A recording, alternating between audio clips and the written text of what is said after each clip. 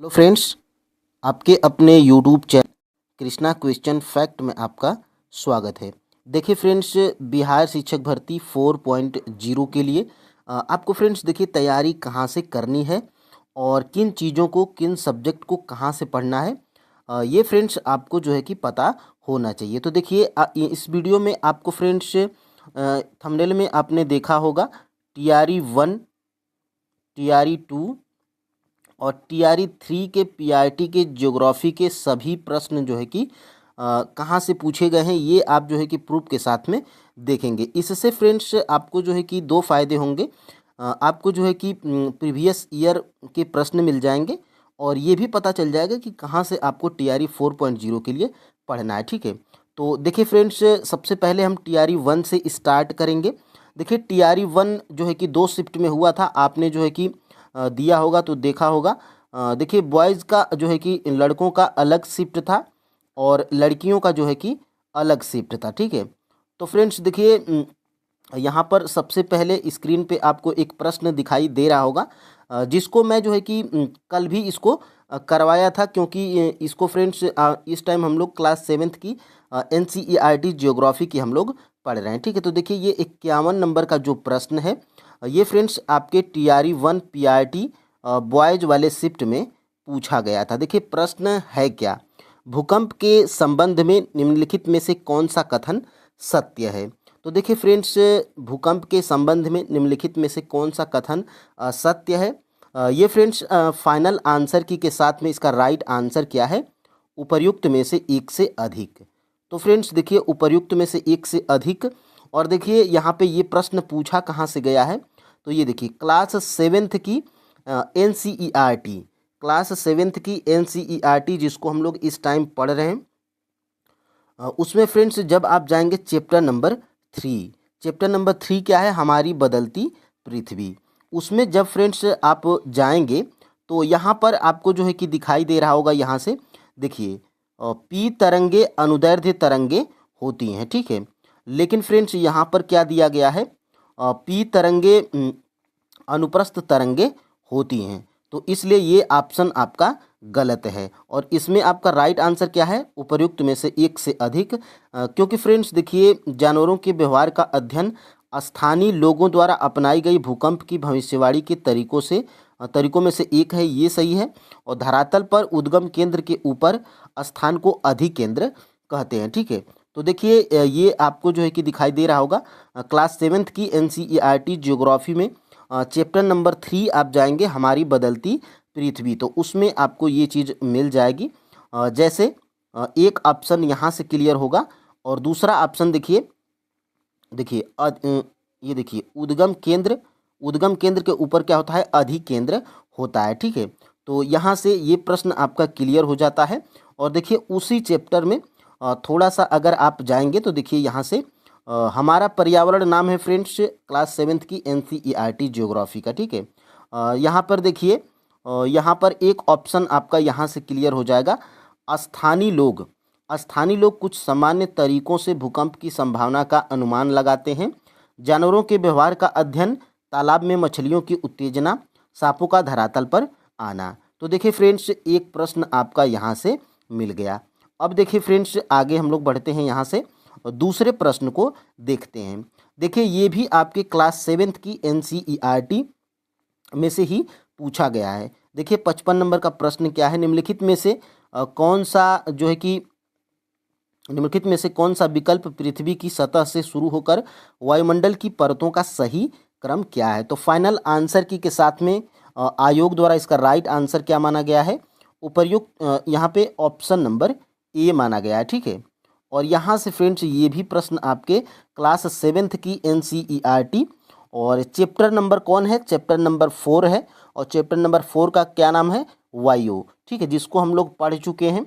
और यहाँ पर देखिएगा ये जो है कि परतों का क्रम दिया गया है, क्षोभ मंडल, समताप मंडल, मध्य मंडल और वाम मंडल को हम लोग क्या बोलते हैं, ताप मंडल भी बोलते हैं। और देखिए बहिर्मंडल। तो एक प्रश्न आपका फ्रेंड्स यहाँ से पूछा गया था। ठीक है, कहाँ पूछा गया था, तो ये फ्रेंड्स टीआरई 1 में बॉयज़ वाले शिफ्ट में ही पूछा गया था 1 to 5 पीआरटी में। ठीक है, अब हम लोग फ्रेंड्स आगे हम लोग बढ़ते हैं। यहाँ से और भी प्रश्नों को हम लोग देखेंगे। यहाँ से देखिए, अमेजन बेसिन में एक बड़े मकान को क्या नाम दिया गया है जिसकी छत की तिरछी खड़ी ढाल होती है? तो देखिए, टीआरई 1 में ही लड़कों का अलग शिफ्ट और लड़कियों का अलग शिफ्ट, तो दो प्रश्न आपने देखा था लड़कों के शिफ्ट का, और ये प्रश्न देखिए आपका जो है कि है लड़कियों वाले शिफ्ट में। देखिए मैं अभी यहाँ पर देखिए टीआरई 1 पीआरटी में गर्ल्स वाले शिफ्ट में ये प्रश्न पूछा गया था। और यहाँ से देखिए ये प्रश्न आपके क्लास 7th की एनसीईआरटी जियोग्राफी में पूछा गया, जियोग्राफी से, ठीक है। तो यहाँ पर देखिए इसका फाइनल आंसर की के साथ में राइट आंसर क्या है? ऑप्शन नंबर बी, मलोका, ठीक है। मलोका है क्या फ्रेंड्स? आगे अभी हम लोग देखेंगे। तो इसको देखिए फ्रेंड्स, क्लास 7th की एनसीईआरटी, क्लास 7th की एनसीईआरटी चैप्टर नंबर जब आप 6 खोलेंगे, मानव पर्यावरण अन्योन्य क्रिया उष्ण कटिबंधी एवं उपोष्ण प्रदेश, तो उसमें ये प्रश्न आपका मिल जाएगा। देखिए यहाँ से देखिए, मधुमक्खी के छत्ते के आकार वाले छप्पर के घरों में रहते हैं जबकि कुछ लोग मलोका। देखिए साफ साफ यहाँ पे मैं थोड़ा सा अगर इसको अगर आपको जूम करके दिखाऊं तो देखिए साफ साफ देखिए फ्रेंड्स, मलोका, यहाँ पर देखिए मलोका कहे जाने वाले बड़े अपार्टमेंट जैसे घरों में रहते हैं जिनकी छत तीव्र ढलान वाली होती है। तो यहीं से फ्रेंड्स ये प्रश्न आपका पूछा गया था। और चैप्टर का नाम क्या है? तो चैप्टर का नाम है फ्रेंड्स मानव पर्यावरण अन्योन्य क्रिया उष्ण कटिबंधी एवं उपोष्ण प्रदेश। ये क्लास 7th की एनसीईआरटी से ही पूछा गया था। और यहाँ पे देखिए क्लास 7th की एनसीईआरटी ज्योग्राफी का नाम क्या है?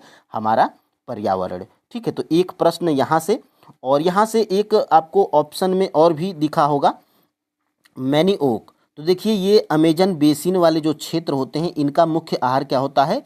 मैनीओक होता है, ठीक है। मैनीओक होता है जिसे कसावा भी कहते हैं। यह आलू की तरह जमीन के अंदर पैदा होती है।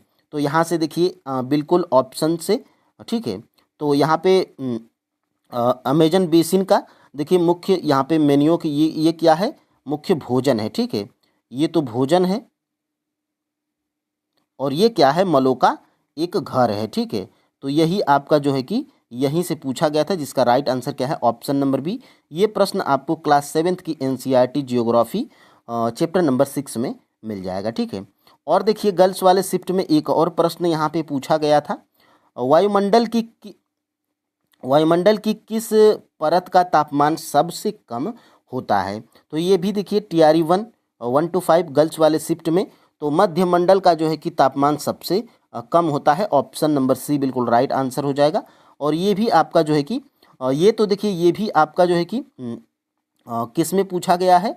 तो ये भी आपका जो है कि क्लास जो है कि 7th की एनसीईआरटी ज्योग्राफी के चैप्टर नंबर 4 से ही ये जानकारी यहाँ पे ली गई है। और देखिए सबसे कम यहाँ पे तापमान सबसे कम होता है, ठीक है।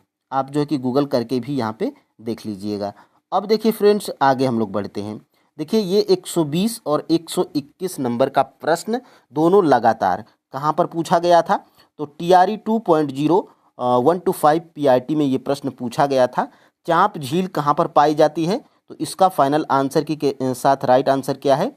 ऑप्शन नंबर बी है, नदी घाटियों में। और विश्व जल दिवस कब मनाया जाता है?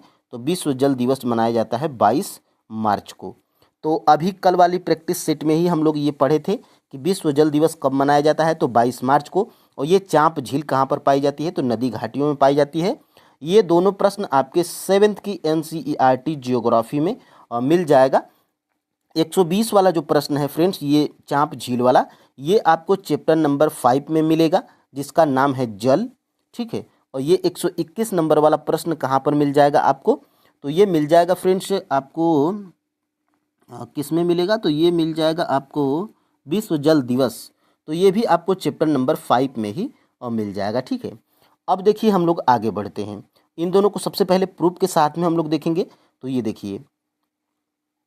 देखिए हमारी बदलती पृथ्वी, चैप्टर नंबर 3 क्या है? हमारी बदलती पृथ्वी। यहाँ पर देखिए चांप झील, और चांप झील ये जो है कि कहाँ पर पाई जाती है? तो ये नदी घाटी के क्षेत्रों में पाई जाती है। यहाँ पे इसका राइट आंसर है, ठीक है।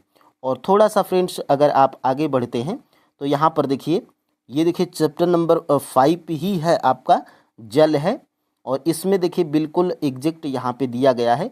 क्या आप जानते हैं, जिसको चैप्टर को हम लोग कल ही कंप्लीट किए थे, 22 मार्च को विश्व जल दिवस मनाया जाता है। तो फ्रेंड्स यहाँ से आपको ये अंदाज़ा धीरे धीरे लग रहा होगा कि कहाँ से फ्रेंड्स हमें पढ़ना है। ये देखिए 119 नंबर का प्रश्न है और जो कि TRE 2.0 PRT 1 to 5 में पूछा गया था। सेल जिनमें जीवाश्म पाए जाते हैं। तो ये भी आपका क्लास 7th की NCERT के चैप्टर नंबर 2 से पूछा गया था। चैप्टर नंबर 2 का नाम क्या है फ्रेंड्स? तो चैप्टर नंबर 2 का नाम है हमारी पृथ्वी के अंदर। ठीक है, तो इसका राइट आंसर क्या है फ्रेंड्स? इसका राइट आंसर है औषधि सेल। औषधि सेल जिसमें जो है कि जीवाश्म पाए जाते हैं। अभी इसको जो है कि प्रूफ के साथ में यहाँ पे देखने का प्रयास हम लोग करेंगे। तो देखिए यहाँ से देखिए आगे हम लोग यहाँ से देखेंगे। देखिए ये अदृढ़ अवसाद दबकर एवं कठोर सेल की परत बनाते हैं। इस प्रकार के सेलों को औषधि सेल कहते हैं।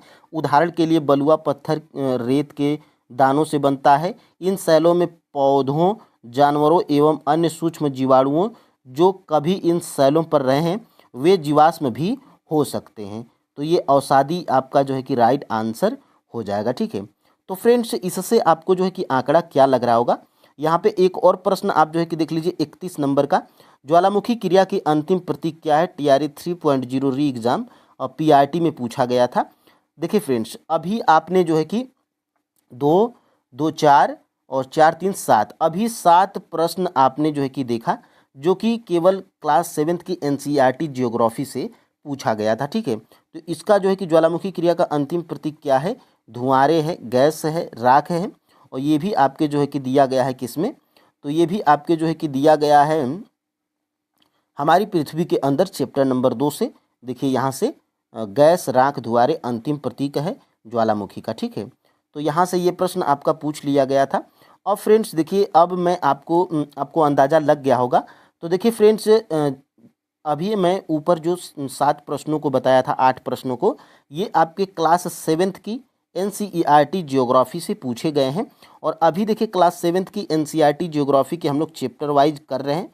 हमारे इसी चैनल पर प्लेलिस्ट बनाई गई। देखिए चैप्टर इसमें 1 है, 2 है और यहाँ पे देखिए पार्ट 2 है। चैप्टर वाइज हम लोग कर रहे हैं और इसमें भी हम लोग प्रूफ के साथ में देखते हुए चलते हैं और सभी MCQs बिल्कुल बुक से ही हाईलाइट करके हम लोग पढ़ते हैं। ठीक है, और यहाँ से फ्रेंड्स देखिए अब आपको यहाँ पे मैं बता दूँ TRE 4.0 के लिए पढ़ना क्या है। तो क्लास 7th की NCERT जियोग्राफी, क्लास 8 की, क्लास 9 की और क्लास 10th की, जिसमें फ्रेंड्स 7 हम लोग का अभी 2 चैप्टर बचा हुआ है, ये भी कंप्लीट हो जाएगा। क्लास 9th और 10th हम लोग कंप्लीट कर चुके हैं। फिर उसके बाद बचेगा हमारा क्लास 8th का। इसको भी मैं फ्रेंड्स बहुत ही जल्द आपके जो है कि कंप्लीट करवा दूंगा। ठीक है, ये देखिए आपका क्लास 9th का चैप्टर वाइज प्लेलिस्ट बनाई गई है। हम लोग क्लास कर चुके हैं 6 महीना पहले ही। ठीक है, और ये देखिए 4 महीना पहले क्लास जो है कि 10th की NCERT जियोग्राफी की हम लोग कंप्लीट कर चुके हैं और चैप्टर वाइज फ्रेंड्स। ठीक है, बिल्कुल बुक से ही। तो फ्रेंड्स अब आइए अब हम लोग आगे सभी प्रश्नों को देखते हैं, जितने प्रश्न आपके TRE 1, 2, 3 में बचे हैं। ठीक है, ये जो है कि 54 नंबर का प्रश्न जो है कि आपके TRE 1 में पूछा गया था। अगर आप PRT यानी कि 1 to 5 के स्टूडेंट हैं और आपने TRE 1 दिया था तो आपको ये जो है कि पता होगा कि ये प्रश्न पूछा गया था। देखिए TRE 1, TRE 2 और TRE 3 के सभी PRT के क्वेश्चंस पेपर हमारे टेलीग्राम चैनल पे अवेलेबल हैं। इस वीडियो के डिस्क्रिप्शन बॉक्स में टेलीग्राम चैनल का लिंक है, वहाँ से आप जो है कि ज्वाइन कर लीजिएगा। यहाँ से देखिए निम्नलिखित में से कौन सा देश अमेजन नदी बेसिन का एक हिस्सा है? तो फ्रेंड्स इसका जो है कि राइट आंसर क्या हो जाएगा? तो इसका जो है कि फ्रेंड्स राइट आंसर है वेनेजुएला। वेनेजुएला फ्रेंड्स ये वो देश है जो अमेजन नदी बेसिन का एक हिस्सा है। और यहाँ से ये प्रश्न देखिए फ्रेंड्स, ये प्रश्न आपका कहाँ से पूछा गया था? तो ये प्रश्न फ्रेंड्स आपका जो है कि पूछा गया था जब आप क्लास 7th की NCERT जियोग्राफी में चैप्टर नंबर 6 जाएंगे। तो उस जो है कि चैप्टर 6 का नाम क्या है? तो मानव पर्यावरण, अन्योन्य क्रिया, उष्ण कटिबंधी एवं उपोष्ण प्रदेश। तो ये आपका चैप्टर है और यहीं से जो है कि ये प्रश्न आपका पूछा गया था। देखिए फ्रेंड्स, बिल्कुल यहाँ से देखिए, अमेजन बेसिन में जीवन। तो देखिएगा यहाँ से मैं पीले कलर से हाईलाइट भी कर रखा हूँ। देखिए अमेजन नदी, देखिए मैं थोड़ा सा अगर इसको जूम करके आपको दिखाऊं तो देखिए अमेजन नदी में बहुत सारी सहायक नदियां मिलकर अमेजन बेसिन का निर्माण करती हैं। यह नदी बेसिन ब्राज़ील के कुछ भागों, पेरू के कुछ भागों और देखिए बोलिविया, इक्वाडोर, कोलंबिया एवं वेनेजुएला, तो एक ही यही ऑप्शंस में था इन सभी देशों में, तो वेनेजुएला जो है कि आपका राइट आंसर हो जाएगा। तो ये सारी अगर आप वीडियो को लास्ट तक देख लेते हैं सारे प्रश्नों को, तो ये फ्रेंड्स आप श्योर हो जाएंगे। और मैं वीडियो के लास्ट में जो है कि आपको ज्योग्राफी कहाँ कहाँ से पढ़ना है वो भी आपको बताऊंगा। तो ये आपका जो है कि प्रश्न था, अमेजन बेसिन में जीवन, जो कि वेनेजुएला था आपका आंसर था। ठीक है, तो यहाँ से ये प्रश्न जो है कि पूछा गया था। और फ्रेंड्स अगर हम लोग आगे बढ़ेंगे तो देखिएगा यहाँ से इसको जो है कि करवा चुका हूँ, लेकिन सभी प्रश्नों को एक साथ करवा रहा हूँ, इसलिए फ्रेंड्स ये आपको जो है कि दिखाना पड़ रहा है। ये देखिए 49 नंबर का प्रश्न आपके जो है कि टीआरई 1 के पीआरटी में ज्योग्राफी में ही प्रश्न पूछा गया था। छोटा नागपुर क्षेत्र के मुंडा और संथाल निम्नलिखित में से किस पेड़ की पूजा करते थे? तो ये फ्रेंड्स जो है कि किस पेड़ की पूजा करते थे? तो कदम्ब और जो है कि महुआ की पूजा करते थे। ठीक है, तो यहाँ से महुआ आपके ऑप्शन में नहीं है, तो यहाँ से फ्रेंड्स आपका जो है कि ऑप्शन नंबर सी बिल्कुल राइट आंसर हो जाएगा। ठीक है, तो ये प्रश्न देखिए कहाँ से पूछा गया था? तो ये प्रश्न जब आप क्लास 10th की एनसीईआरटी जियोग्राफी के चैप्टर नंबर 2 में जाएंगे, जिस चैप्टर का नाम है वन एवं वन्य जीव संसाधन, तो उसी में से ये प्रश्न जो है कि पूछा गया था। और मैं इसको जो है कि प्रूफ के साथ में भी यहाँ पे दिखाने का प्रयास करूँगा। देखिए यहाँ से छोटा नागपुर क्षेत्र, मुंडा एवं संथाल जनजातियाँ, महुआ और यहाँ से कदम्ब, तो बिल्कुल एग्जैक्ट यहीं से जो है कि प्रश्न ये उठाया गया था। अब फ्रेंड्स हम लोग आगे बढ़ते हैं। देखिएगा यहाँ से 50 नंबर का प्रश्न ये भी आपके टीआरई 1 पीआरटी में ज्योग्राफी के सेक्शन में पूछा गया था। देखिए निम्नलिखित में से किसकी खेती जायद के मौसम में की जाती है? तो ये जायद के मौसम में जो है कि की जाती है किसकी खेती? खरबूज की, खीरा की और तरबूज की। तो इसीलिए फ्रेंड्स इसका राइट आंसर क्या हो जाएगा? ऑप्शन नंबर डी बिल्कुल राइट आंसर हो जाएगा। ये भी प्रश्न जब आप जाएंगे क्लास 10th के एनसीईआरटी के चैप्टर नंबर 4 में, जिस चैप्टर का नाम है कृषि, उसी में से ये जो है कि प्रश्न जो है कि आपका पूछा गया था। और यहाँ से फ्रेंड्स देखिएगा, बिल्कुल मैं यहाँ पे टीआरई 1 और पीआरटी पीवाईक्यूज भी लिख दिया हूँ। देखिए रबी और खरीफ फसल ऋतुओं के बीच ग्रीष्म ऋतु में बोई जाने वाली फसल को जायद कहा जाता है। और जायद ऋतु में मुख्य देखिए तरबूज, खरबूज और खीरे, बिल्कुल एग्जैक्ट यहीं से जो है कि प्रश्न आपका उठाया गया था। अब देखिए फ्रेंड्स आगे हम लोग बढ़ते हैं। यहाँ से ये भी प्रश्न आपके टीआरई 1 पीआरटी में ज्योग्राफी में पूछा गया था 55 नंबर का। देखिए निम्नलिखित में से कौन सा विकल्प पृथ्वी की सतह से शुरू होकर वायुमंडल की परत का सही क्रम है? तो इसका जो है कि फ्रेंड्स राइट आंसर क्या हो जाएगा? इसका जो है कि राइट आंसर है फ्रेंड्स आपका option number A. Option number A बिल्कुल राइट आंसर है। यहाँ पर ये देख लीजिए। और फ्रेंड्स ये कहाँ से पूछा गया था? तो ये जब आप क्लास 7th की एनसीईआरटी ज्योग्राफी के चैप्टर नंबर 4, और उस चैप्टर नंबर 4 का क्या नाम है? तो वायु नाम है। और इसी जो है कि चैप्टर से ये प्रश्न आपका पूछा गया था। यहाँ पर आप जो है कि देख पा रहे होंगे। बिल्कुल फ्रेंड्स यहाँ से देखिएगा, ये क्रम जो है कि आपका यहाँ पे दिया गया। देखिए वायुमंडल की संरचना, ठीक है, और देखिए जो कि पृथ्वी की सतह से आरंभ होती है, बिल्कुल एग्जैक्ट यही लाइन। और यहाँ पे आपको दिखाई भी दे रहा होगा क्षोभ मंडल, समताप मंडल, मध्य मंडल, वायुमंडल और वायुमंडल एवं बहिर्मंडल, बिल्कुल एग्जैक्ट यहीं से ये प्रश्न जो है कि आपका पूछा गया था। और देखिए सभी मंडल के बारे में यहाँ पर विस्तृत जानकारी भी आपके दिया गया है, और यहीं से ये जो है कि प्रश्न पूछा गया था। और जो है कि फ्रेंड्स क्लास 7th की जो एनसीईआरटी है वो हमारा पर्यावरण के नाम से है, और यही देखिए यहाँ पे हमारा पर्यावरण, तो ये आपने देख लिया। अब देखिए फ्रेंड्स अब हम लोग आगे बढ़ते हैं। देखिए महासागरीय परपटी के मुख्य खनिज घटक क्या हैं? यानी कि महासागरीय परपटी के मुख्य खनिज घटक क्या हैं? तो इसका फ्रेंड्स 58 का राइट आंसर क्या हो जाएगा? 58 का फ्रेंड्स राइट आंसर है सिलिका और मैग्नीशियम। इसका जो है कि राइट आंसर क्या है? Option number C. ये भी आपके TRE 1 PRT में पूछा गया प्रश्न है। टोटल आप यहाँ पे TRE 1 के ज्योग्राफी के सभी प्रश्न देख रहे हैं। और यहाँ से देखिए, जब आप फ्रेंड्स जाएंगे, किस नंबर का ये प्रश्न प्रश्न था, एक बार देख लेते हैं, 58 नंबर का। तो जब आप फ्रेंड्स क्लास 7th की NCERT ज्योग्राफी के चैप्टर नंबर 2 में जाएंगे, उस चैप्टर का नाम क्या है? चैप्टर नंबर 2 का हमारी पृथ्वी के अंदर। ठीक है, हमारी पृथ्वी के अंदर। यहाँ से देखिएगा, हमारी पृथ्वी के अंदर चैप्टर नंबर 2, और पहले ही जो है कि पेज से ये प्रश्न आपका जो है कि पूछा गया था। यहाँ पे देखिए, मैं जो है कि हाइलाइटर से हाईलाइट भी कर रखा हूँ। देखिए, महासागर की परपटी मुख्यतः सिलिका एवं मैग्नीशियम की बनी होती है। एक लाइन में बिल्कुल यहाँ पे आंसर आ गया। ठीक है, तो यहीं से फ्रेंड्स ये प्रश्न आपका पूछा गया था। ये कहाँ से पूछा गया था? तो क्लास 7th की NCERT ज्योग्राफी की चैप्टर नंबर 2, जिस चैप्टर का नाम है हमारी पृथ्वी के अंदर। ठीक है, तो यहाँ से ये प्रश्न था। अब फ्रेंड्स हम लोग देख लेते हैं यहाँ से स्थानांतरण कृषि के स्थानीय नाम और संबंधित देश का सही युग्म क्या है? तो देखिएगा फ्रेंड्स, यहाँ से ये 56 नंबर का प्रश्न है, और 56 नंबर का प्रश्न का आंसर आपको क्लास 8th की ज्योग्राफी के जो है कि चैप्टर नंबर 3 में भी मिल जाएगा। उस चैप्टर का नाम है कृषि। और क्लास 10th की NCERT में भी मिल जाएगा। उस भी चैप्टर का नाम है, चैप्टर नंबर 4 है क्लास 10th में, उसका भी नाम है कृषि, और उसमें ये प्रश्न आपको मिल जाएगा। तो 56 का जो है कि राइट आंसर क्या है?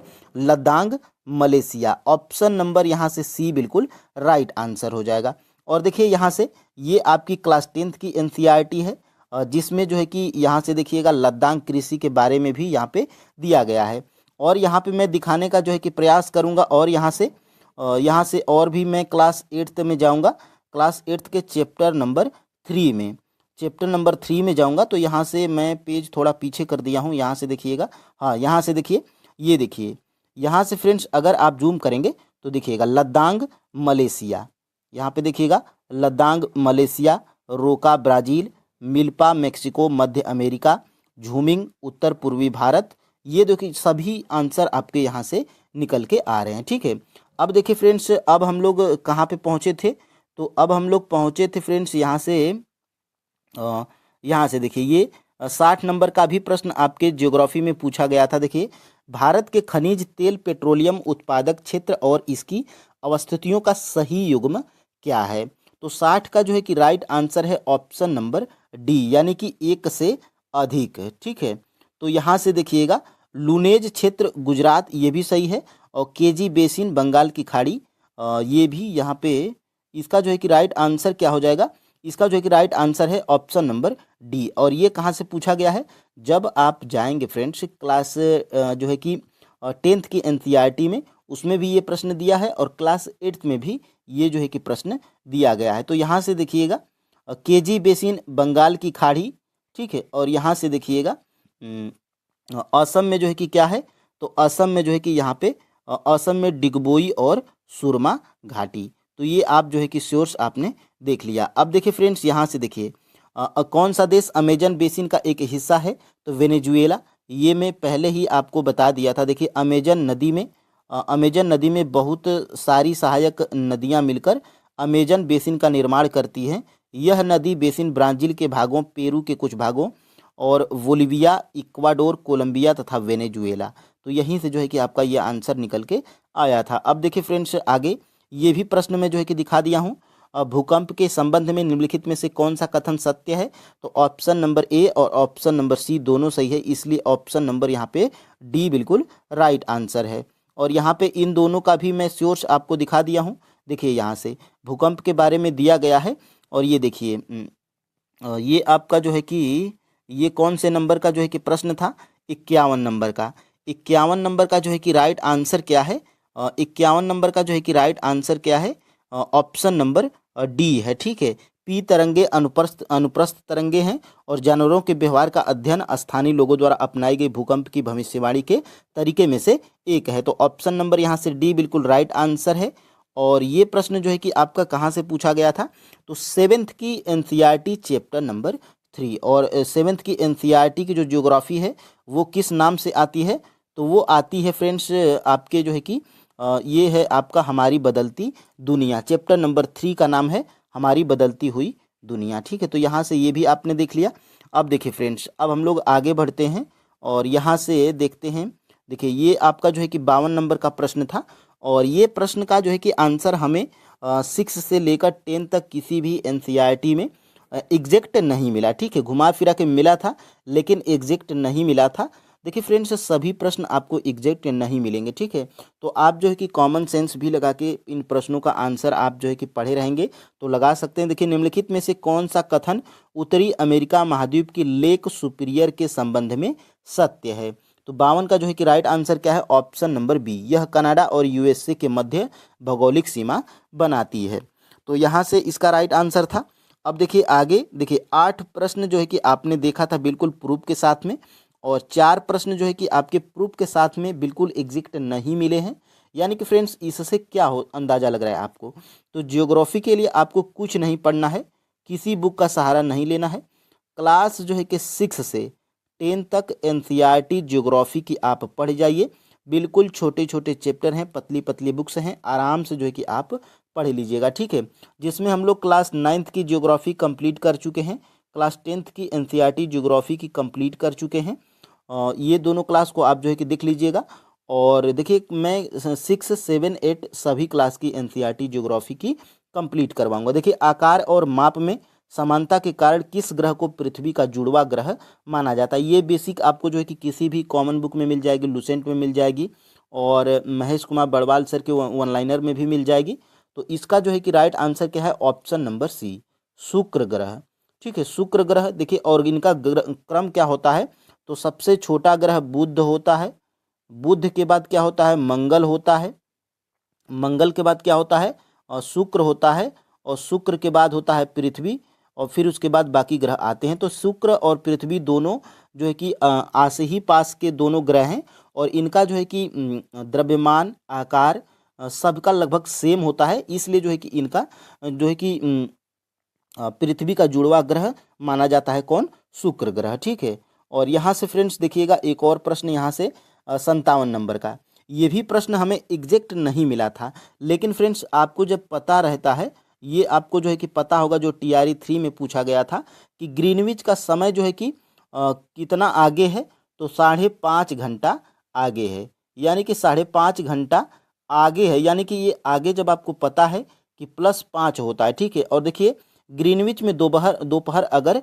12 बजे हैं, यानी कि अगर फ्रेंड्स ग्रीनविच में दोपहर के अगर 12 बजे हैं तो ग्रीनविच के 30 अंश पूर्व में क्या होगा। देखिए फ्रेंड्स, आपको ये बेसिक जानकारी पता होना चाहिए कि 15 अंश में कितना होता है, तो 15 अंश में फ्रेंड्स 1 घंटा होता है, 1 आवर। ठीक है, तो 30 अंश में कितना हो जाएगा, तो 30 अंश में 2 घंटा यानी कि 2 आवर हो जाएगा।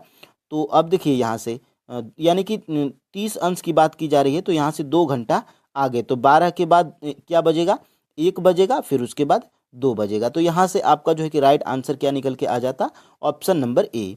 बस आपको जो है कि ये याद रखना है कि ग्रीनविच का जो टाइम है वो 5.5 घंटा आगे है। तो एग्जैक्ट ये प्रश्न आपके TRE 3 में पूछ लिया गया था। और आगे आप याद रखिए कि जो ग्रीनविच का जो टाइम होता है वो आगे होता है 5.5 घंटा, वो भी प्लस 5.5 घंटा। ठीक है, और ये 15 अंश में जो है कि कितना होता है, तो 1 घंटा होता है। तो उसी प्रकार आप 30 अंश में कितना हो जाएगा, 2 घंटा हो जाएगा। ठीक है, और 45 अंश में कितना हो जाएगा, तो उसी प्रकार 3 घंटा। ठीक है, तो ये आप जो है कि बेसिक जानकारी आप रखिए कि 15 अंश में 1 घंटा, 1 घंटा जो है कि होता है। सॉरी फ्रेंड्स, अब देखिए यहाँ से 59 नंबर का प्रश्न है। ये भी प्रश्न का आंसर हमें एग्जैक्ट नहीं मिला है, लेकिन क्लास 9th में भी 10th में भी मेल्चिंग शब्द का जो है कि प्रयोग आता है।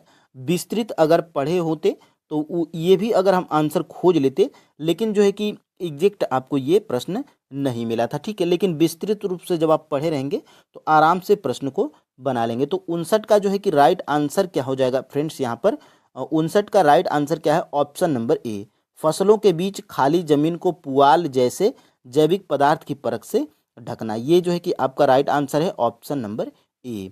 अब फ्रेंड्स आपको जो है कि यहाँ से मैंने देखिए टोटल आपके टीआरई 1 में 12 प्रश्न पूछे गए थे, जिनको मैं एग्जैक्ट 8 प्रश्नों का जो है कि प्रूफ के साथ में दिखाया था कि क्लास 7th की एनसीईआरटी, क्लास 8th की एनसीईआरटी और क्लास 10th की एनसीईआरटी से प्रश्न आए हुए थे। तो आप ये जो है कि गलती यहीं पे करेंगे कि 7th 8 और 10th पढ़ लेंगे और बाद में कमेंट करेंगे, चाहे आपके दिमाग में ये होगा कि हम ये पढ़े थे और यहाँ से प्रश्न नहीं आए थे। लेकिन फ्रेंड्स अगर आपको यहाँ से देखिए टाइम है 3 महीने का, तो 6 से लेकर 10 तक आप जो है कि ज्योग्राफी के सभी बुक्स को पढ़ जाइए। यहीं से यही एक तरीका है ज्योग्राफी में सही प्रश्न करने का। और टीआरई जो है कि टीआरई 4 में तो लगभग ज्योग्राफी के 25 प्रश्न पूछ लिए गए थे। तो ये आपके लिए जो है कि सुनहरा अवसर है, आप अभी से जो है कि पढ़ डालिए। और आपको एनसीईआरटी ही बिल्कुल पढ़ना है। साइंस के लिए सिर्फ आपको क्लास 9th और 10th की एनसीईआरटी पढ़ना है और ज्योग्राफी के लिए आपको 6 से लेकर 10 तक पढ़ लेना है, ठीक है। और जो है कि यहाँ से हिस्ट्री के लिए आपको क्लास 8 की पढ़नी है, 10 में से एक चैप्टर और 12 में से एक चैप्टर, ठीक है। और मैथ रीजनिंग आप कमांड बनाए रखिएगा, डेली आप जो है कि प्रैक्टिस करते रहिए। और फ्रेंड्स करंट अफेयर्स के लिए आप जो है कि गौरव सर की मंथली वाली वीडियो डेली एक फास्ट करके देखा करिए। और जब नोटिफिकेशन आ जाएगा टीआरई 4.0 का, तो वहाँ से आप स्पीडी का ले लीजिएगा, कोई मैगजीन जो आपको अच्छा लगता हो, पिछले 6-7 महीने का पढ़ लीजिएगा। अच्छा फ्रेंड्स आप स्कोर इस एग्ज़ाम में कर लेंगे टीआरई 4.0 में, खास तौर से यहाँ पे 44 नंबर का क्या क्या प्रश्न दिया गया है आपके। ये सभी प्रश्न मैं बता रहा हूँ ज्योग्राफी के टीआरई 3.0 जो री एग्ज़ाम हुआ था पीआरटी का, ठीक है। तो ध्यान से देखिएगा, पर्वतीय क्षेत्रों में पक्षियों के अत्यधिक प्रजातियां किस जंगल में निवास करती हैं। तो पर्वतीय क्षेत्रों में जो है कि पक्षियों के अधिकाधिक प्रजातियां किस जंगल में निवास करती हैं, तो चीड़ के जंगल में। ऑप्शन नंबर फ्रेंड्स यहाँ से ये बिल्कुल राइट आंसर हो जाएगा। और ये प्रश्न आपका पूछा कहाँ से गया है, तो ये प्रश्न आपका जो है कि पूछा गया है क्लास 6 के एनसीईआरटी के ज्योग्राफी के चैप्टर नंबर 3 से। यहाँ पर फ्रेंड्स आप जो है कि देख पा रहे होंगे, यहाँ से देखिएगा, पर्वतीय ढलानों की प्रायः एक प्रकार का एक वन है जिसे पर्वतीय वन कहते हैं, और यह देखिए पाइन या चीड़ है, ठीक है। तो यहीं से ये प्रश्न जो है कि पूछा गया था।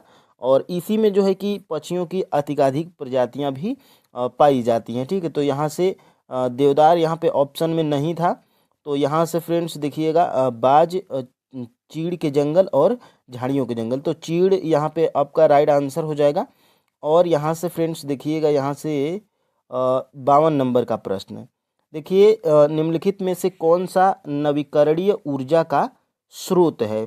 तो नवीकरणीय ऊर्जा का स्रोत इनमें से जो कि कोई भी नहीं है, क्योंकि यहाँ पे कोयला, ईंधन और पेट्रोलियम ये तीनों क्या हैं, अनवीकरणीय ऊर्जा के संसाधन हैं। तो यहाँ पे राइट आंसर क्या हो जाएगा, उपर्युक्त में से कोई नहीं।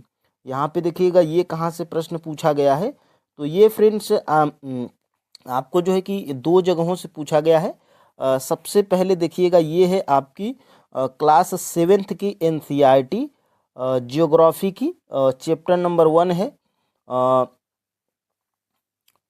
जीवन स्थल यहाँ पे कौन सा चैप्टर है, तो ये है संसाधन चैप्टर है, ठीक है। यहाँ पे देखिएगा नवीकरणीय संसाधन और अनवीकरणीय संसाधन। तो यहाँ पे देखिए नवीकरणीय में क्या क्या आएगा, तो देखिए जल, मृदा और वन का लापरवाही से किया गया उपयोग, यहाँ पे देखिए ये है। और देखिए अनवीकरणीय में यहाँ पे क्या क्या दिया गया है, थोड़ा सा अगर आप नीचे जाएंगे, देखिए मैं हाईलाइट भी यहाँ पे कर रखा हूँ।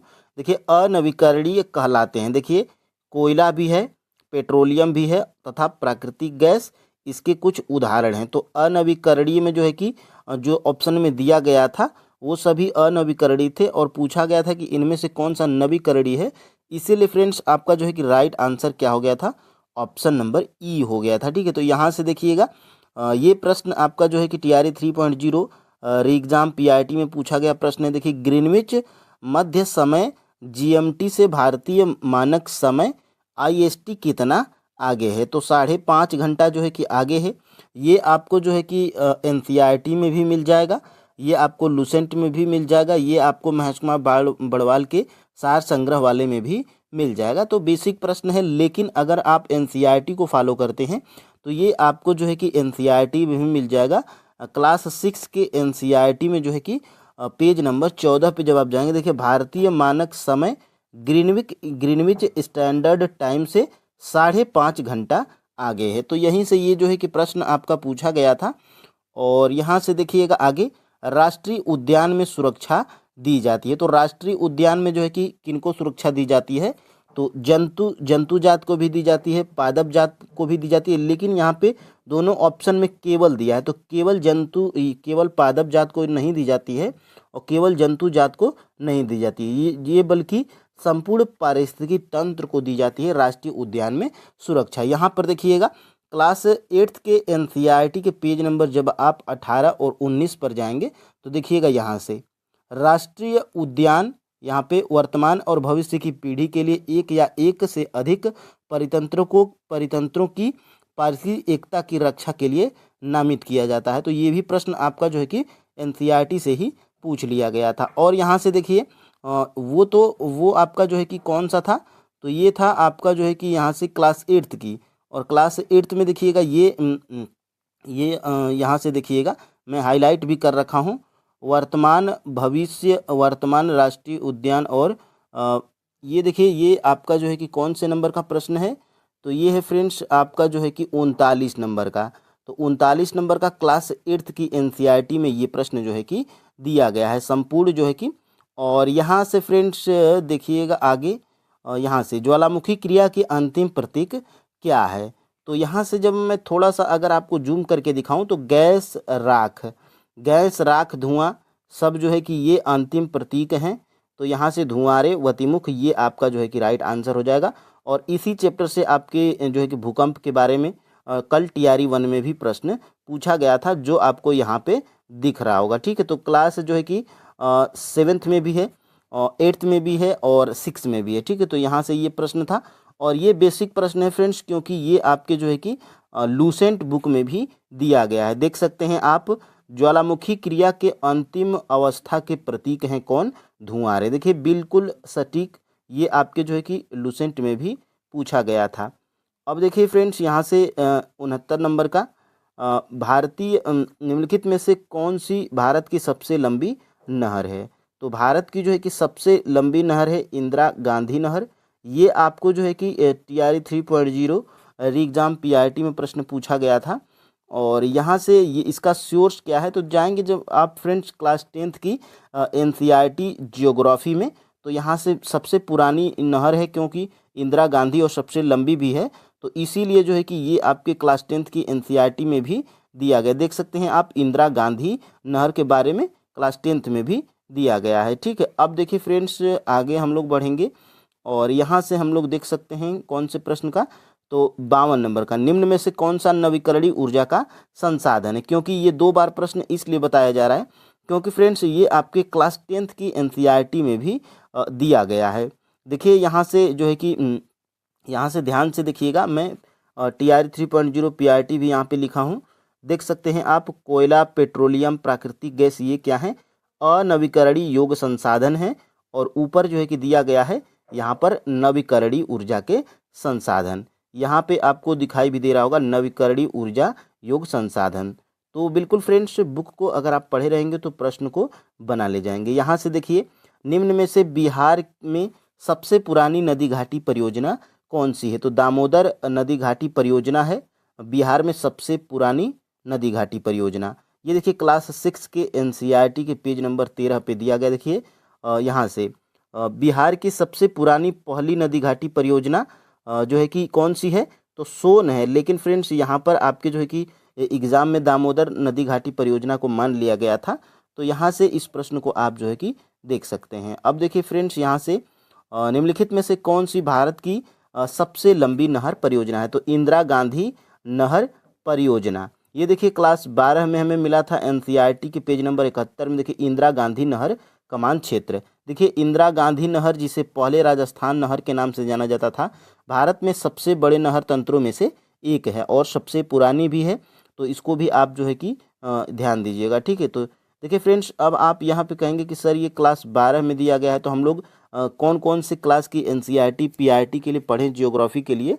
तो आप फ्रेंड्स पढ़िएगा 6 से लेकर आप जो है कि 10 तक ज्योग्राफी सिर्फ आप पढ़िएगा, ठीक है। अब आप 12 और 11 के चक्कर में पड़ जाएंगे तो बहुत ज़्यादा हो जाएगा। और इतने में से अगर आप फ्रेंड्स आप अगर 6 से 10 तक पढ़ लेते हैं और किसी एक बुक का सहारा लेते हैं, जैसे महेश कुमार बड़वाल सर की जो वन लाइनर वाली सार संग्रह है, उसमें से ज्योग्राफी पढ़ते हैं या तो लुसेंट से पढ़ते हैं, तो आप जो है कि अगर 20 प्रश्न पूछा जाता है आपका ज्योग्राफी का, तो आप आराम से 15 या 16 प्रश्नों को बना लेंगे, ठीक है। तो ये आपको जो है कि करना है। अब देखिए फ्रेंड्स, यहाँ से छितरे हुए वृक्षों वाले घास के मैदान कहलाते हैं। तो छितरे हुए जो है कि घास के मैदान, ये सवाना को कहा कहा जाता है, क्योंकि यहाँ पे आप जो है कि देख सकते हैं सवाना के जो घास के मैदान हैं आपको दिखाई दे रहे होंगे, दूर दूर हैं, ठीक है। दूर दूर छितरे हुए का मतलब फ्रेंड्स, एक यहाँ होगी तो एक बहुत दूर दूर पे मिलती है, तो इसी को जो है कि यहाँ पे कहा गया है। और यहाँ पे देख सकते हैं आप जो है कि दिया भी गया है।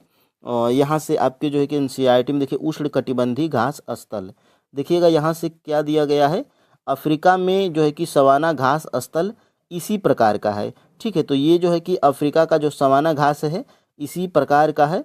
तो यहाँ पे ये आप जो है कि देख पा रहे होंगे। अब देखिए फ्रेंड्स, आगे हम लोग बढ़ेंगे। वायुमंडल अपनी अधिकतम ऊर्जा प्राप्त करता है तो दीर्घ पार्थिव विकिरण तरंगों से। ये जो है कि आपके क्लास जो है कि ये आपके क्लास 11th के एनसीईआरटी के पेज नंबर 80 पे ये बिल्कुल एग्जैक्ट यही प्रश्न भी दिया गया है ऑप्शंस के साथ में। तो बिल्कुल यहीं से ये प्रश्न आपका पूछा गया था और ये आपका जो है कि लुसेंट में भी है। तो लुसेंट का सहारा आप जो है कि ज़रूर लीजिएगा, खास तौर से ज्योग्राफी और हिस्ट्री के लिए। देखिए यहाँ से पृथ्वी एवं सूर्य के बीच अधिकतम दूरी होती है तो अपसौर होती है, और निकटतम को उपसौर और अधिकतम को अपसौर कहते हैं, ठीक है। तो यहाँ से ऑप्शन नंबर फ्रेंड्स यहाँ से ए बिल्कुल राइट आंसर है। और ये आपके 11th के एनसीईआरटी के पेज नंबर 73 पे देख सकते हैं आप, 15 करोड़ 20 लाख दूरी होती है, ठीक है। तो ये जो है कि क्या है, पृथ्वी इस स्थिति को अपसौर, यानी कि देख सकते हैं आप 14 करोड़ और 15 करोड़, जो ज़्यादा है वो अपसौर और जो कम है निकटतम है तो इसको क्या कहेंगे, तो उपसौर कहेंगे। तो ये आपका जो है कि लुसेंट में भी है, तो लुसेंट का भी आप सहारा लीजिएगा और 6 से 10 तक ज्योग्राफी आप ज़रूर पढ़िएगा। और यहाँ से देख सकते हैं आप, देखिए फ्रेंड्स, अगर आप 6 का नहीं पढ़ना चाहते हैं तो 6 जो है कि 6 और 7th 8 आप वन लाइनर तौर पे देख लीजिए, उसको देख लीजिएगा वन शूट वीडियो के तौर पे, और 9th और 10th का बढ़िया तरीके से पढ़ लीजिएगा। देखिए शांत घाटी साइलेंट वैली किस राज्य में है, तो केरल राज्य में है।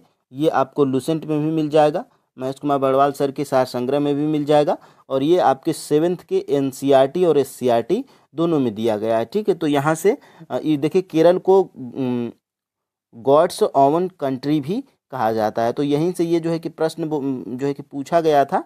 और यहाँ से आगे हम लोग देखिए, यहाँ से साइलेंट वैली, देखिए पश्चिम घाट में अवस्थित यह स्थल जैव विविधता के लिए जाना जाता है। तो यहाँ से ये प्रश्न आपका पूछा गया था। अब देखिए फ्रेंड्स, आगे निम्नलिखित में से विषम को चुनिए। तो विषम इसमें से क्या है, तो विषम इसमें से सहारनपुर है, क्योंकि फ्रेंड्स ये देखिए यहाँ से जो स्वर्णिम चतुर्भुज महाराजमार्ग हैं वो फ्रेंड्स दिल्ली कोलकाता चेन्नई मुंबई, वो दिल्ली को जोड़ने वाली 6 लेन वाली महाराजमार्ग की सड़क परियोजना है, ठीक है। तो इसमें सहारनपुर का कोई जिक्र नहीं है।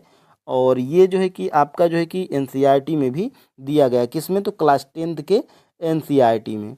और आप फ्रेंड्स यहाँ पर देखिएगा, भारत के किस राज्य में सर्वाधिक सागवान के जंगल पाए जाते हैं। तो भारत के जो है कि ये मध्य प्रदेश राज्य में सबसे ज़्यादा सागवान के जंगल भी पाए जाते हैं। और वैसे तो सबसे ज़्यादा जंगल आपके सबसे ज़्यादा वन क्षेत्र जो है कि आपका मध्य प्रदेश में ही है, लेकिन सागौन की बात आएगी तो वो भी आपका आंध्र प्रदेश ही, मध्य प्रदेश ही है, ठीक है। और यहाँ से फ्रेंड्स आप जो है कि देख पा रहे होंगे, यहाँ पे आपको जो है कि सागौन भी यहाँ पे दिया गया है, देख सकते हैं आप सागौन, ठीक है। अब देखिए फ्रेंड्स आगे हम लोग बढ़ेंगे और देखिए क्लास 9th के एनसीईआरटी में भी ये चीज़ें दी गई हैं, ठीक है। तो सागौन इन वनों के सबसे प्रमुख प्रजाति है, तो यहाँ से ये आप जो है कि देख पा रहे होंगे, ठीक है। अब देखिए फ्रेंड्स आगे हम लोग बढ़ेंगे। देखिए ये आपका जो है कि एग्जैक्ट आपका किसी भी जो है कि एनसीईआरटी में नहीं मिला, एससीईआरटी में भी नहीं मिला। तो देखिए निम्न राष्ट्रीय उद्यानों में से कौन सा एक सही सुमेल नहीं है। तो ये जो है कि भगवान महावीर, ये बिहार, यही जो है कि बिल्कुल सही नहीं है, बिल्कुल गलत है, क्योंकि भगवान महावीर जो है ये आपका जो है कि राष्ट्रीय उद्यान कहाँ पर है, बिहार में नहीं है, ये आपका गोवा में है, ठीक है। अब देखिए फ्रेंड्स आगे हम लोग बढ़ेंगे और ये देखिए आपका जो है कि पर्वतीय क्षेत्रों में पक्षियों के अधिकाधिक प्रजातियां किस जंगल में निवास करती हैं। तो ये प्रश्न जो है कि मैं आपको 2 बार इसलिए बताया हूँ क्योंकि ये आपके क्लास जो है कि 9th के एनसीईआरटी में भी दिया गया है। देखिए पर्वतीय वन, पर्वतीय वनों में देखिए क्या दिया गया है, पर्वतीय वनों में देखिए यहाँ से पर्वतीय वनों में जब थोड़ा सा अगर आप ऊपर जाएंगे तो देखिए चीड़ और पाइन दोनों एक ही जगह दिया गया है।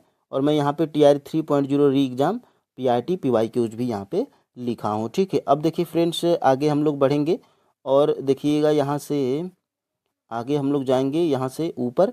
तो ये प्रश्न जो है कि कल मैं आपको TRE 1 में बताया था और ये प्रश्न उसमें मैं कल वाली वीडियो में ये कहा था कि ये मुझे एनसीईआरटी में नहीं मिला है, ठीक है। क्योंकि फ्रेंड्स ये जो है कि आपका भूकंप के संबंध में निम्नलिखित में से कौन सा कथन सत्य है। तो ये जो है कि मैं आपको कल बताया भी था, ये ए और सी ये दोनों राइट आंसर हैं, इसलिए फ्रेंड्स आपका उपयुक्त में से एक से अधिक जो है कि राइट आंसर हो जाएगा। ये प्रश्न जो है कि मुझे कहाँ से ये प्रश्न फ्रेंड्स ये मल्च वाला, हाँ मल्चिंग वाला, मृदा से संबंधित जो था ये प्रश्न था। और यहाँ पे देखिए पौधों के बीच अनावरित भूमि जैव पदार्थ जैसे घास फूस से ढक दी जाती है, इसे मृदा की आर्द्रता रुकी रहती है। तो यहाँ से ये आपका जो है कि कल वाला प्रश्न था जो मुझे कहाँ से मिला, तो क्लास 8th की एनसीईआरटी के चैप्टर नंबर 2 में मिला था। तो अब फ्रेंड्स आप जो है कि यहाँ से TRE 1 के प्रश्नों को कर लिए, TRE 3 के प्रश्नों को कर लिए, रह गया था क्योंकि फ्रेंड्स TRE 2 में कुछ ऐसे प्रश्न पूछ लिए गए हैं जो कि बिहार स्पेशल के हैं, तो वो आपको एनसीईआरटी में नहीं मिलेंगे। वो आपको फ्रेंड्स देखिए महेश कुमार बड़वाल सर के ऑनलाइनर में भी मिल जाएगा और फ्रेंड्स वो आपको लूसेंट में भी मिल जाएगा और बिहार के एससीईआरटी बुक में मिलेगा। तो फ्रेंड्स हम लोग देखेंगे उन्हीं प्रश्नों को। और ये प्रश्न अगर फ्रेंड्स इनका अभ्यास अगर आप किए रहेंगे तो ये देखिए प्रीवियस ईयर से भी प्रश्न आपके जो है कि एग्ज़ाम में बार बार 1 या 2 प्रश्न पूछ लिए जाते हैं, तो ये जो है कि आपके लिए महत्वपूर्ण है। और यहाँ पर देखिएगा ये TRE 2 के PRT के जियोग्राफी के प्रश्न हैं। और देखिए 86 नंबर का प्रश्न क्या पूछा गया था, निम्नलिखित में से कौन सी उड़ीसा की स्थानांतरणशील कृषि है। तो उड़ीसा के फ्रेंड्स स्थानांतरणशील कृषि कौन सी है, तो ये है फ्रेंड्स पोंडू। पोंडू फ्रेंड्स ये है आपकी उड़ीसा की स्थानांतरणशील कृषि, ये आपको जो है कि एनसीईआरटी में मिल गया है, ठीक है। तो यहाँ पर फ्रेंड्स ऑप्शन नंबर यहाँ से ए बिल्कुल राइट आंसर है। और ये देखिए यहाँ से एनसीईआरटी में दिया गया है क्लास 10th की एनसीईआरटी में, देखिए यहाँ से पोंडू और ये देखिए उड़ीसा में, और उड़ीसा में देखिए पामा डाबी और कोमान और बरीगा, ये भी जो है कि स्थानांतरणशील कृषियाँ हैं, ठीक है। और ये आंध्र प्रदेश में भी पोंडू है, तो आप अपने ऑप्शन के हिसाब से देख लीजिएगा, ठीक है। अब देखिए फ्रेंड्स यहाँ से ये है आपकी जो है कि क्लास वो देखिए ये जो हमने ऊपर दिखाया था ये आपकी क्लास 10th की एनसीईआरटी है उसमें से है, ठीक है। और यहाँ पे ये देखिए ये आपकी क्लास 8th की एनसीईआरटी ज्योग्राफी की, देखिए इसमें भी चैप्टर नंबर 3 कौन सा है, कृषि। तो ये चैप्टर फ्रेंड्स आपके एग्ज़ाम की दृष्टि से बहुत ही महत्वपूर्ण है, क्योंकि फ्रेंड्स कृषि से 1 या 2 प्रश्न TRE 1 हो, TRE 2 हो, TRE 3 हो, तीनों में 1 या 2 प्रश्न जरूर देखने को मिले हैं। तो आप जो है कि क्लास 10th की एनसीईआरटी ज्योग्राफी में एक चैप्टर पढ़ लीजिएगा। और ये देखिए क्लास 8th में देखिए चालवासी पशुचारण, और यहाँ से देखिए ये यहाँ पर भी यहाँ पे दिया गया, देखिए लदांग मलेशिया, और देखिए रोका ब्राज़ील, मिल्पा मेक्सिको, मध्य अमेरिका, झूमिंग उत्तर पूर्वी भारत। तो ये स्थानांतरित कृषियाँ हैं विश्व में। तो ये भी आपके जो है कि क्लास 8वीं के एनसीईआरटी के चैप्टर नंबर 3 जिसका नाम है कृषि। यहाँ पर आपको जो है कि कृषि भी दिखाई दे रहा होगा। ठीक है, अब देखिए फ्रेंड्स, यहाँ से ये है आपकी क्लास 10th की एनसीईआरटी जियोग्राफी की। और इसमें तो वैसे सभी चैप्टर महत्वपूर्ण हैं, लेकिन हम लोग देखिए कृषि कृषि एक ऐसा चैप्टर है जिससे फ्रेंड्स एक या दो प्रश्न जरूर आपके एग्जाम में आ रहे हैं। तो इन देखिए चैप्टर को आप पढ़ना न भूलिएगा। और मैं तो जो है कि क्लास 10th की एनसीईआरटी का जो है कि ये सभी चैप्टर भी कंप्लीट करवा दिया हूँ, तो वो वीडियो भी आप जो है कि ज़रूर देख लीजिएगा। अब फ्रेंड्स देखिए यहाँ से टीआरई 2.0 में जियोग्राफी के कैसे प्रश्न पूछे गए थे। देखिए बिहार के किस जिले में रेशमी वस्त्र का उत्पादन सर्वाधिक होता है। तो ये बहुत ही चर्चित है, बिहार के जो है कि एग्ज़ाम में ये प्रश्न कॉमन है, जरूर आता है। और ये बहुत ही बिहार के एग्ज़ाम में चर्चित पूछे जाने वाला प्रश्न है कि बिहार के किस जिले में रेशमी वस्त्र का उत्पादन होता है। तो वो फ्रेंड्स होता है आपका भागलपुर जिले में। तो भागलपुर जिले में सबसे ज़्यादा जो है कि बिहार के किस जिले में रेशमी वस्त्र का उत्पादन होता है, तो वो है हमारा भागलपुर जिले में। ठीक है, तो ऑप्शन नंबर फ्रेंड्स यहाँ से बी बिल्कुल राइट आंसर हो जाएगा। और यहाँ से फ्रेंड्स देखिएगा ये 88 नंबर का है। और ये देखिए ये हमें कहाँ पर मिला, तो ये हमें देखिए एनसीईआरटी में नहीं मिला। ये है आपकी क्लास जो है कि 8वीं की बिहार एससीईआरटी की बुक है। ठीक है, जियोग्राफी की, इसमें ये प्रश्न हमें मिला था। तो यहाँ से ये देखिए, यहाँ से देखिए भागलपुर में सिल्क के कपड़े बनते हैं, ऐसी मेरी भाभी बताती हैं, इस बार संध्या बोली। तो देखिएगा ये रेशम का धागा भी ये, और देखो रेशम का धागा भी कीड़ों से प्राप्त होता है। रेशम के कीड़ों में शहतूत के पेड़ों पर पाला जाता है। ये कीड़े एक प्रकार का रस शरीर से निकालते हैं और कोकून बनाते हैं। इन्हीं कोकून को से रेशम के धागे तैयार होते हैं। तो ये भागलपुर जिला जो है कि आप याद रखिएगा रेशम जो है कि उत्पादन में। ठीक है, तो ये आपका जो है कि प्रश्न था। प्रश्न देख लेते हैं, बिहार के किस जिले में रेशमी वस्त्र का उत्पादन सर्वाधिक होता है, तो वो है आपका भागलपुर। अब देखिए फ्रेंड्स यहाँ से 79 नंबर का प्रश्न हम लोग देखते हैं। देखिए सूर्य है एक, यानी कि सूर्य है एक, क्या ये पीला तारा है कि लाल तारा है कि श्वेत तारा है। तो देखिए फ्रेंड्स जो सूर्य है यह एक जो है कि पीला तारा है। ऑप्शन नंबर यहाँ से फ्रेंड्स ये बिल्कुल राइट आंसर हो जाएगा। तो ये हमें जो है कि एनसीईआरटी एससीईआरटी दोनों में नहीं मिला।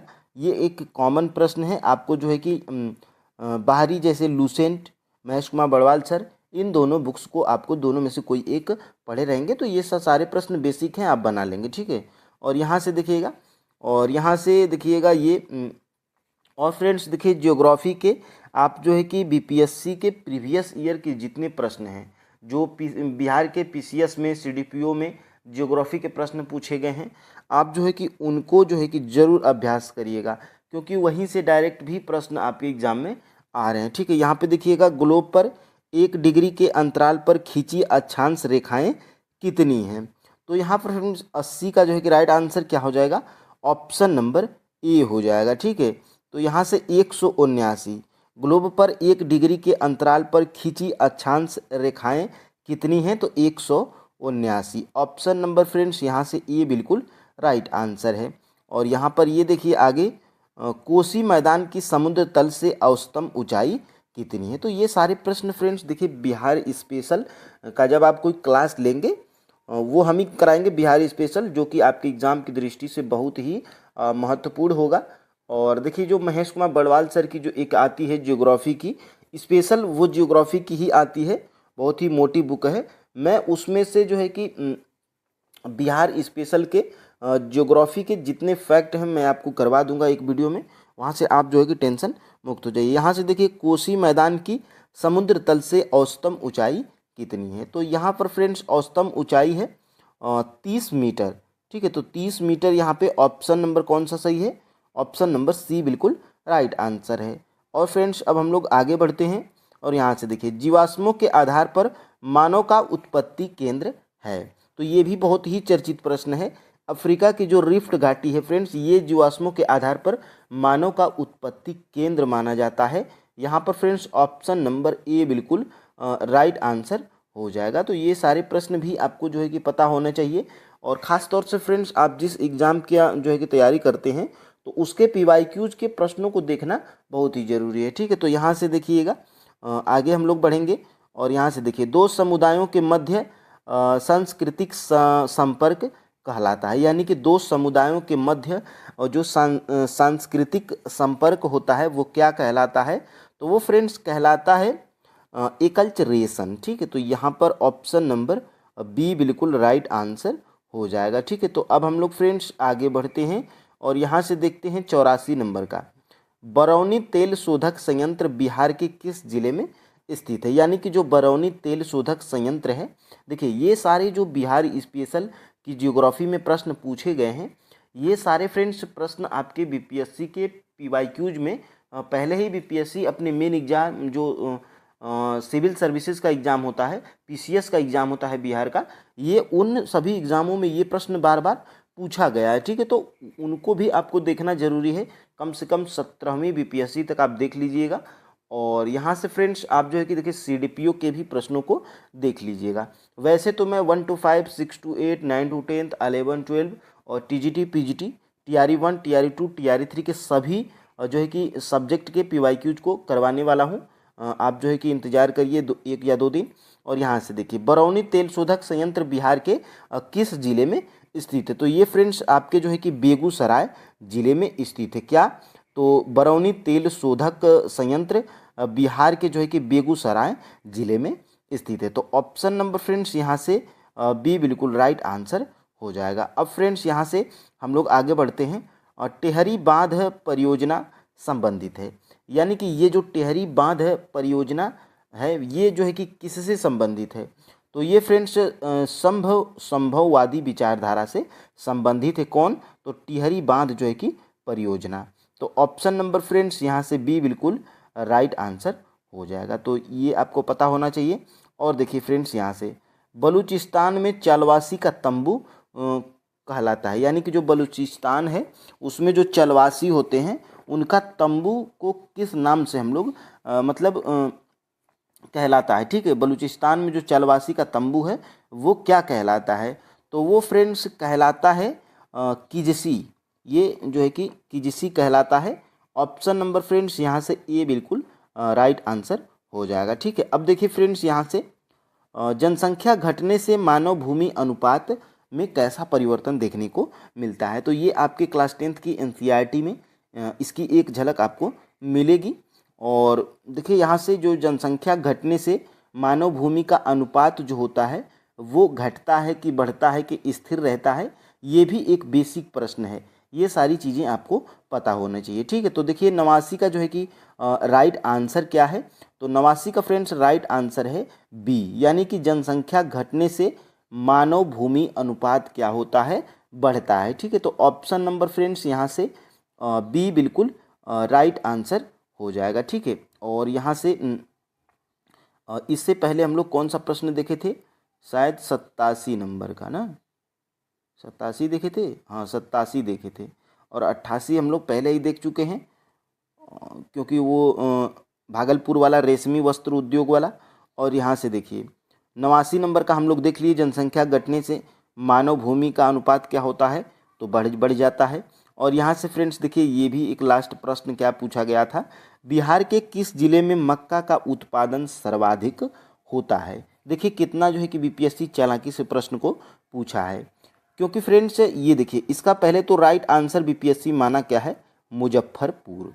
मुजफ्फरपुर, ठीक है, बिहार के मुजफ्फरपुर जो है कि ज़िले में मक्का का सर्वाधिक उत्पादन होता है। ठीक है, तो ऑप्शन नंबर यहाँ से सी बिल्कुल राइट आंसर है। और फ्रेंड्स देखिए, अगर आप गूगल करके देखिएगा तो वाकई में जो है कि इस टाइम पे कौन सा है? तो कटिहार है पहले नंबर पे, फिर उसके बाद खगड़िया है, और फिर उसके बाद क्या है? समस्तीपुर है।